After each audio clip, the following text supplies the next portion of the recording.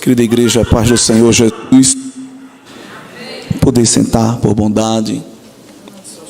Agradeço a pastor Elias Camilo a amabilidade da recepção, bem como dos demais obreiros, ministros, pastor Uri, presbítero Gilberto, tem nos acolhido também.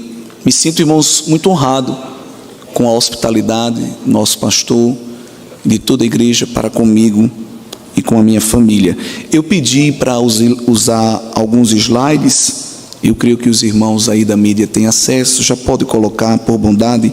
Eu pedi porque a escola bíblica, não é? O caráter do culto hoje é de ensino, não é tanto uma noite de avivamento, é uma escola bíblica, mas evidentemente a palavra de Deus gera efeito em nós.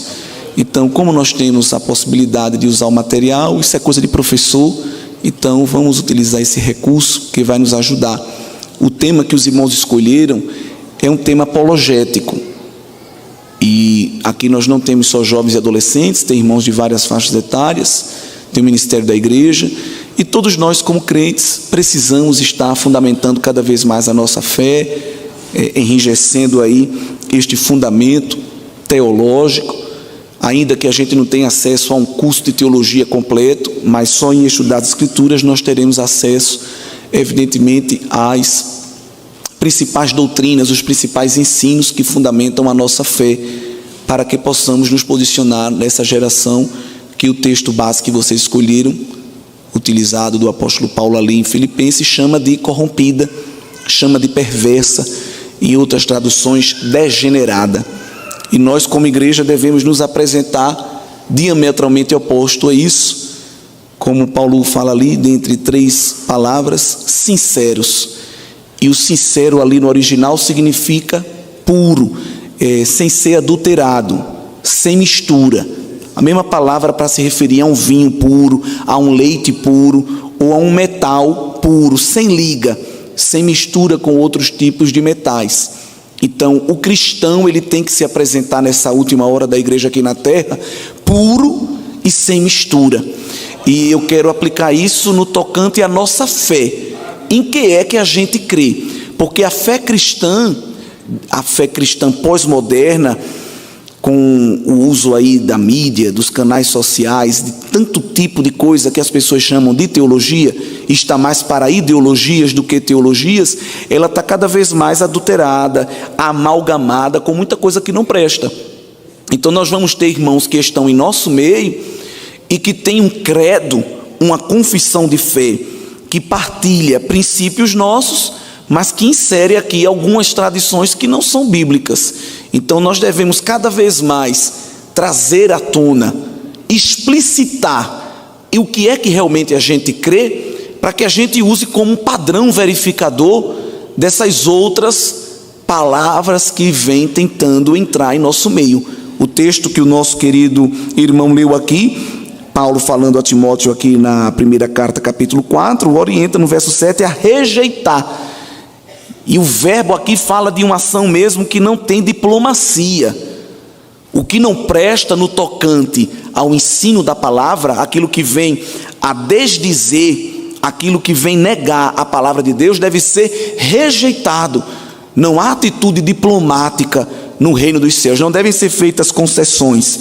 Então ele orienta a rejeitar fábulas profanas e de velhas. Outra versão fala de falatórios dos insensatos, porque é isso que muitas vezes o inimigo tem utilizado. Falatórios de tolos que têm aparência de piedade e que na verdade nem eles mesmos sabem aquilo que eles estão falando. Então, que Deus continue despertando a igreja para momentos como esse. É importante buscar a unção, o poder, a manifestação dos dons, mas precisamos lembrar que a nossa vida não se resume aos cultos congregacionais. Nós fomos chamados, cantamos aqui para lutar como soldados da fé. Judas apóstolo diz que nós devemos lutar ou batalhar pela fé que uma vez foi dada aos santos. E nós não lutamos com armas carnais. A nossa única arma de ataque é a espada do Espírito, que é a palavra de Deus. Que Deus nos ajude e continue iluminando os nossos corações. Mas vamos aí ao slide. Eu coloquei alguns desafios que nós encontramos neste momento. Poderia aqui fazer uma lista com mais de 20, mas há 3 correntes filosóficas que se tornaram correntes ideológicas e que em alguns lugares são posturas até de fé, são posturas religiosas: materialismo, o relativismo e o pós-modernismo. Os irmãos aqui já sabem o que significa, não estou aqui para ensinar, só para lembrar, mas a nossa sociedade é uma sociedade materialista, e quando nós falamos de materialismo, não é o apego ao consumismo, apego ao dinheiro, é muito maior do que isso, e eu quero falar do materialismo numa vertente que vem confrontar a nossa espiritualidade.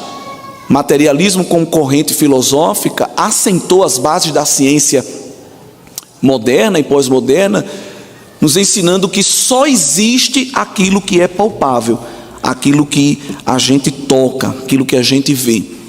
Logo, o que a gente não vê, o que não pode ser colocado numa balança de precisão, no tubo de ensaio, o que não pode ser medido, esquadrinhado, não existe, deve ser jogado para o andar de cima da subjetividade, e evidentemente nós não devemos ter interesse nisso. Isso é um grave problema, porque a fé cristã não está baseada somente no que é palpável, no que é tangível.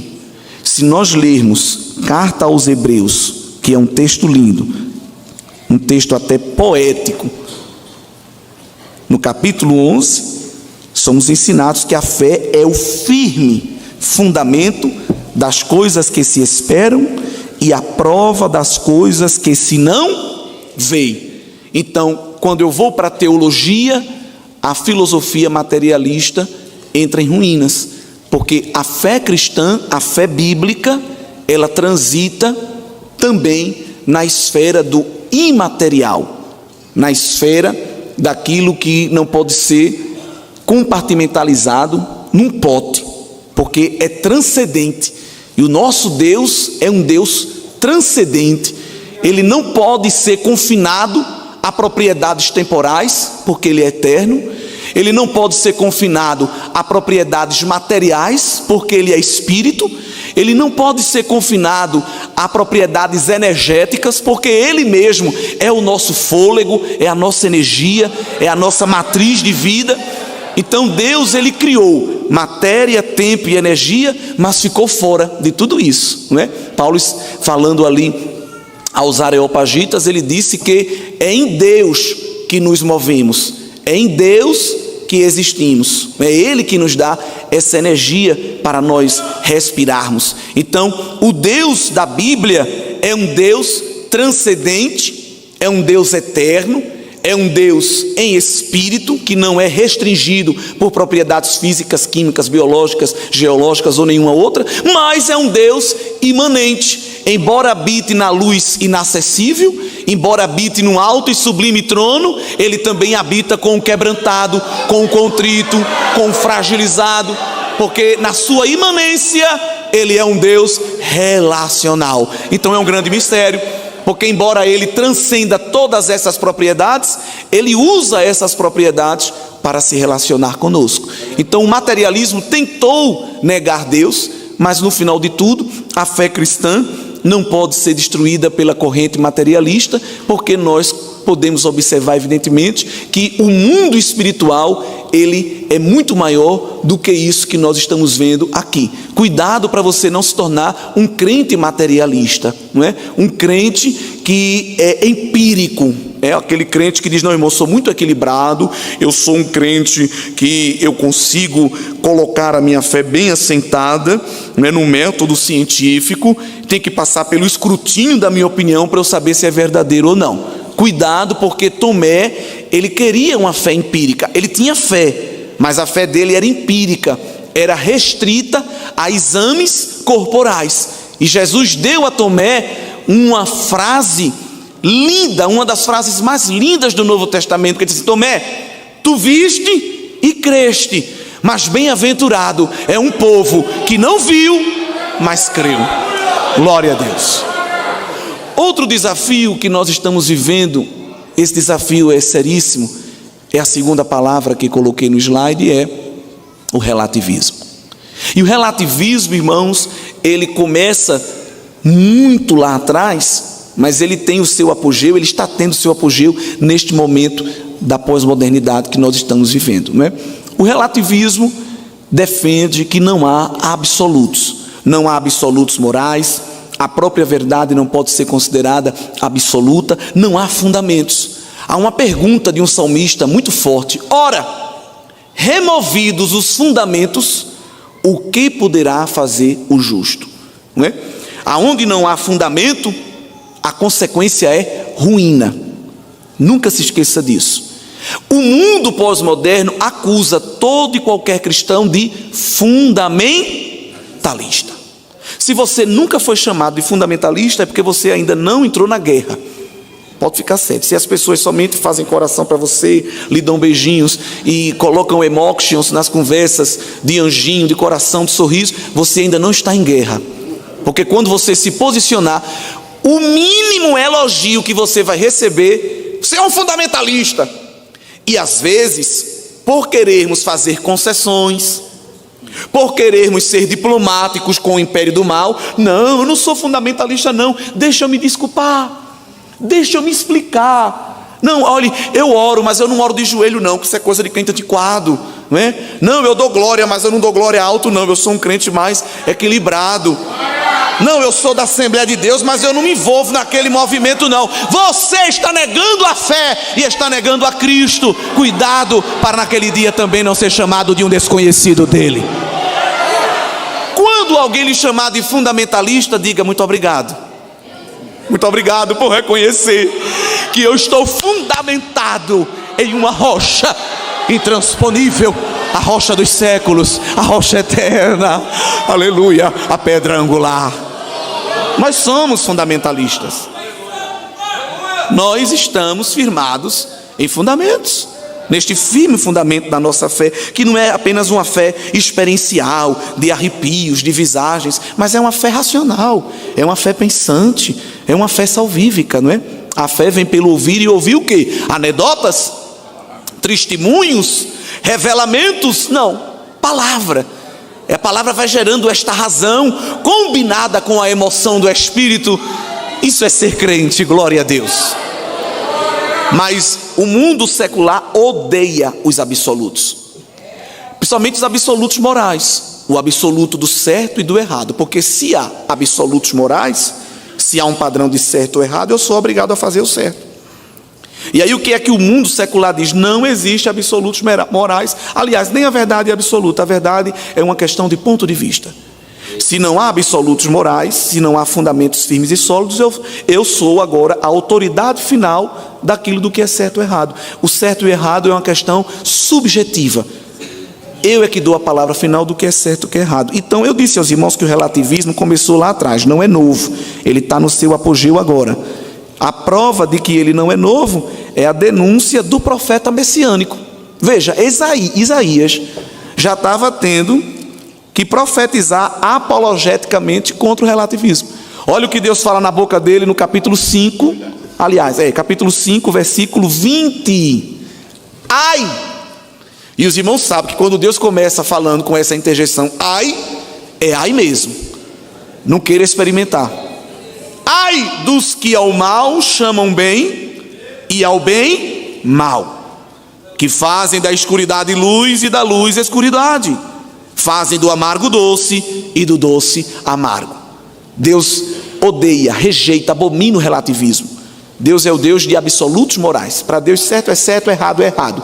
Porque isso está firmado aonde? Na sua palavra. E a sua palavra é inerrante. Jesus orou ao Pai, a oração sacerdotal: Pai, santifica-os na verdade, a tua palavra é verdadeira. Foi assim que ele disse?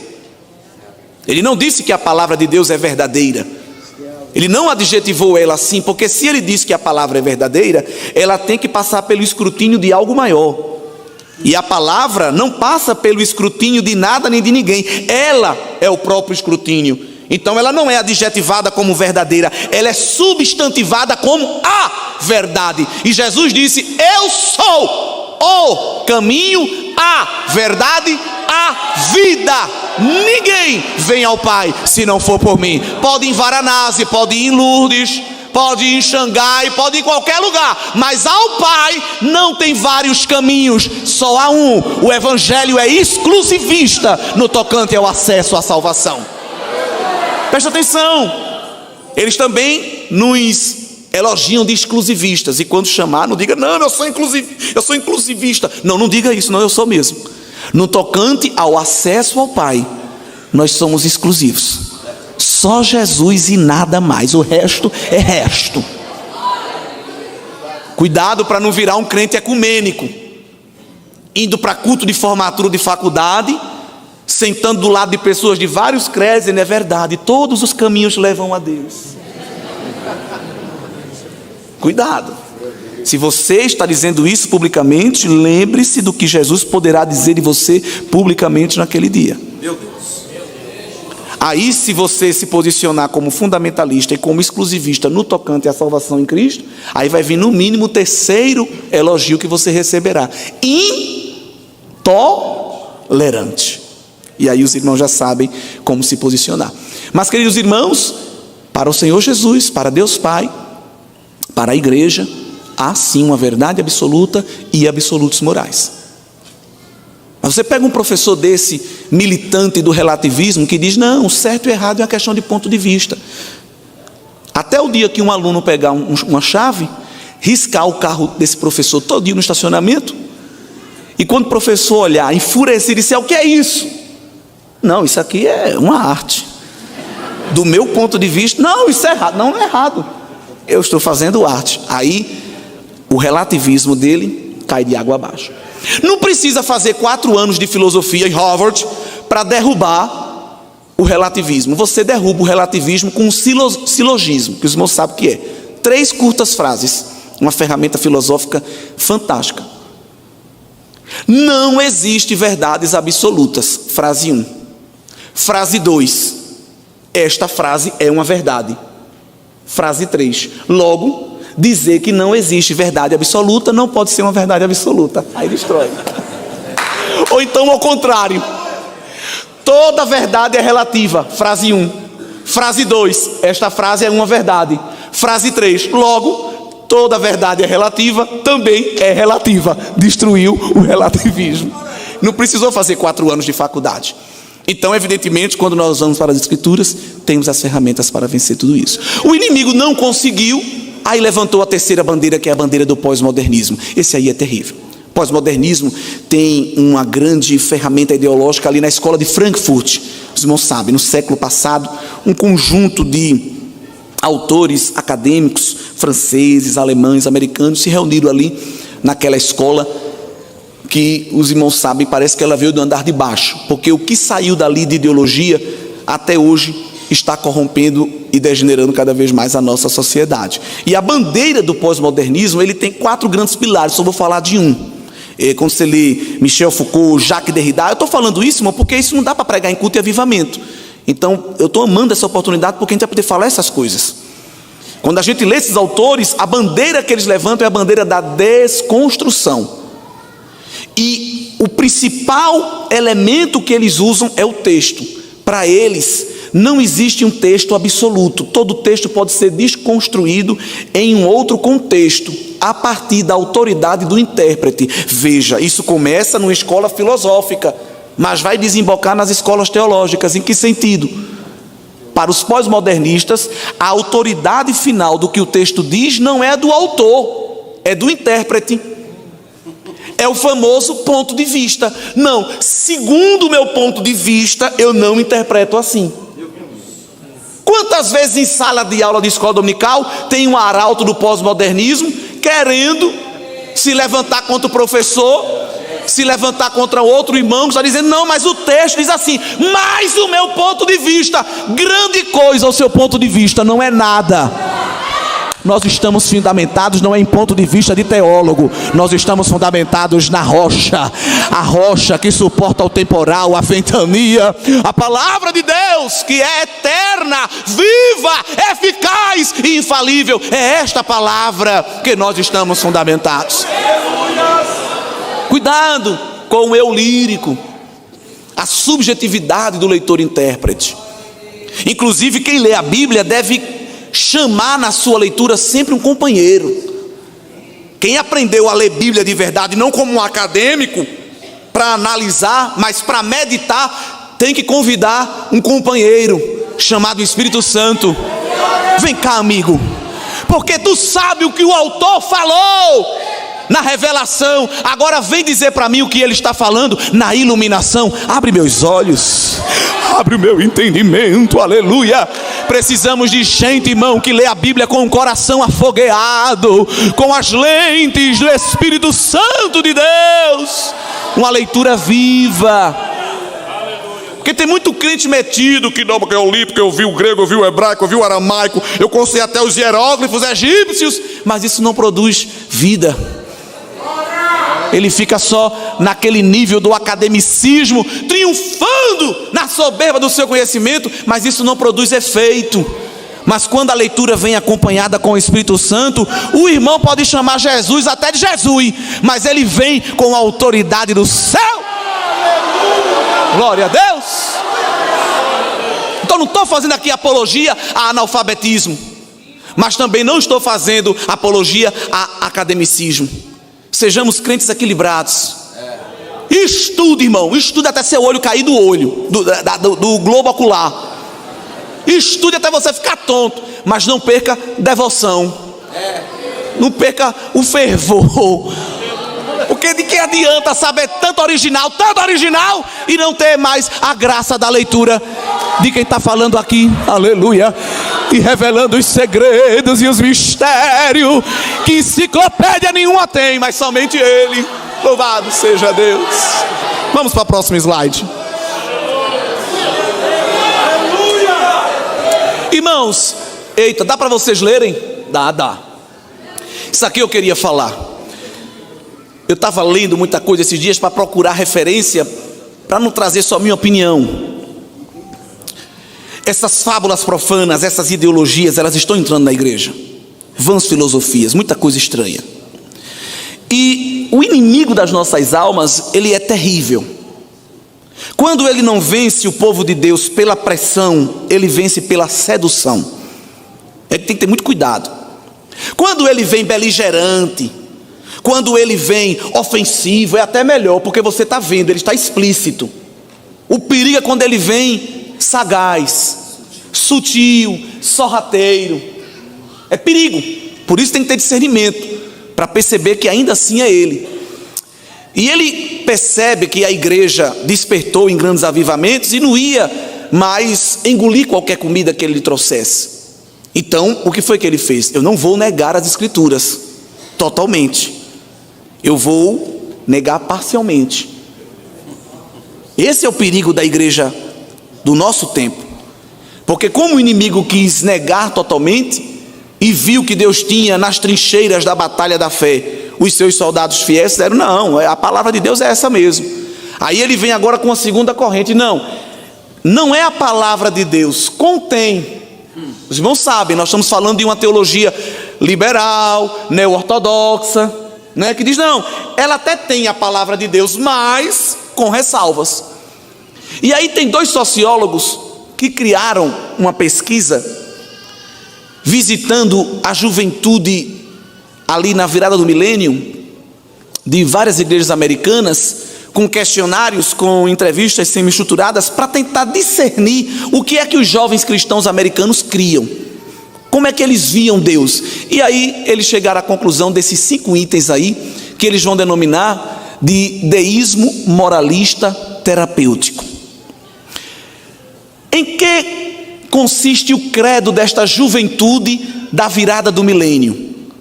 E aquela juventude, aqueles adolescentes têm a minha faixa de idade hoje. Eles creem que existe um Deus que criou e governa o mundo e que observa a vida humana na terra. Eles também acreditam que esse Deus quer que as pessoas sejam boas, simpáticas, honestas umas com as outras, se relacionem bem, como ensina a Bíblia e a maioria das religiões do mundo. O principal objetivo da vida é ser feliz e sentir-se bem consigo mesmo.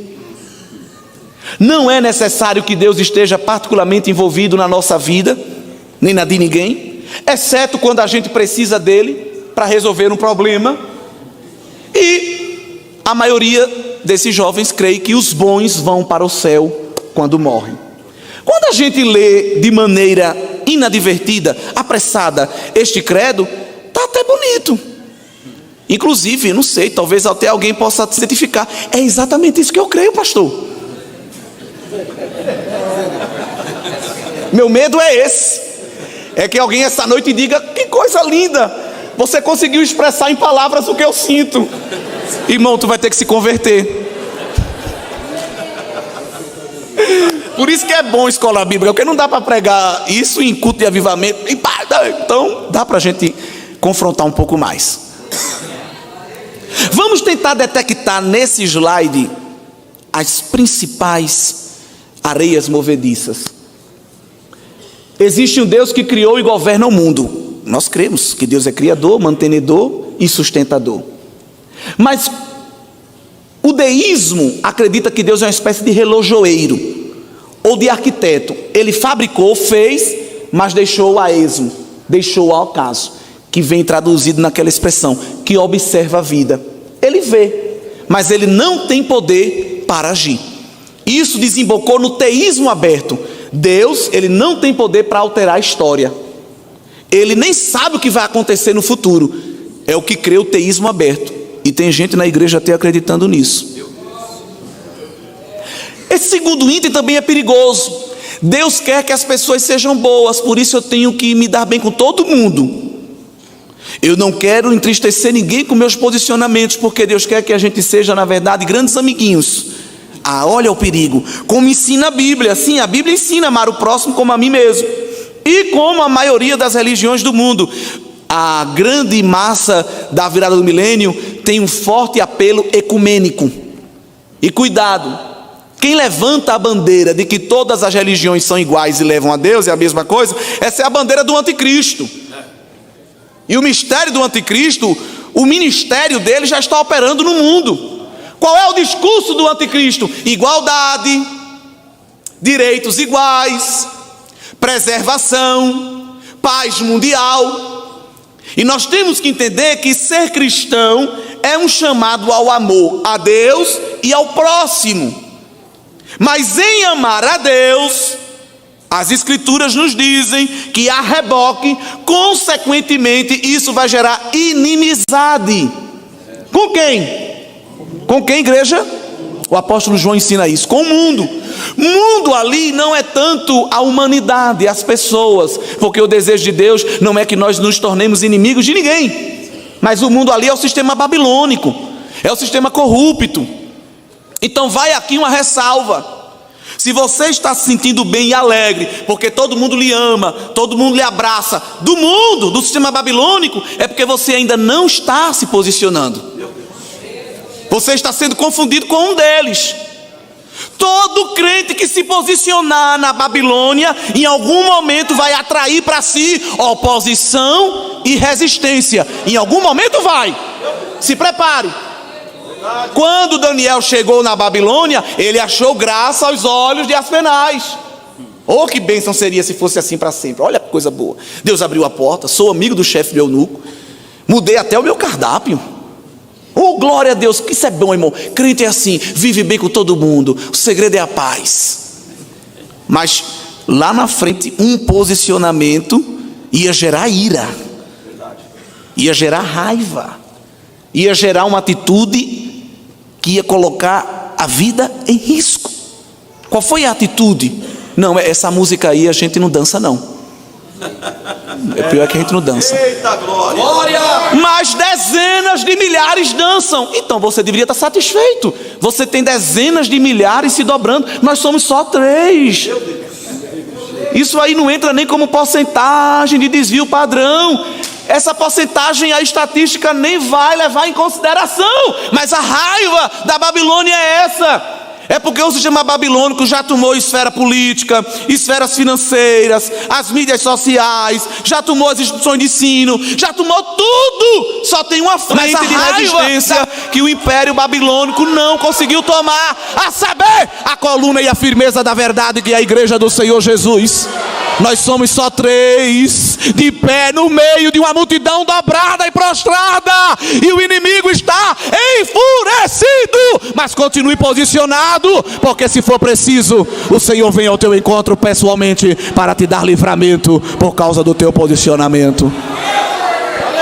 E se ele não quiser vir, a gente vira torrada de crente, mas a gente não dança música de Baal, a gente não dança música de Astarote, a gente não adora o Deus Marduk, aleluia. A gente não se dobra diante dos decretos de Nero. O nosso joelho só se dobra diante da majestade santa do Deus vivo, do Deus verdadeiro, que é o Deus da Bíblia.